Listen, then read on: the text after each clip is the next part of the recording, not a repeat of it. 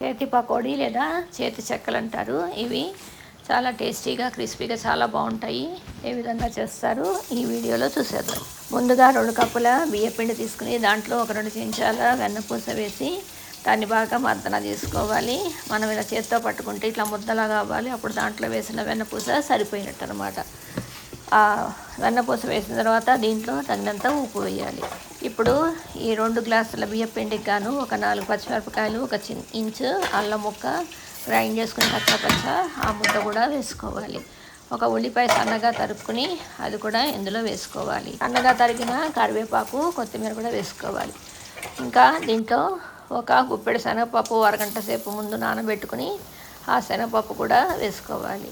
ఇంకా దీంట్లో ప్రత్యేక రుచికి మనము ఒక 10 లవంగాలు కచ్చపచ్చ కొట్టుకుని అవి కూడా వేసుకోవాలి. ఈ ఉల్లిపాయలు, లవంగాలు మనం దంచిపెట్టి వేసుకున్న అల్లం, పచ్చిమిరపకాయలతోటి ఒక రకమైన ప్రత్యేకమైన టేస్ట్ ఉంటుంది. దీనికి చాలా బాగుంటాయి. మీరు ట్రై చేయండి.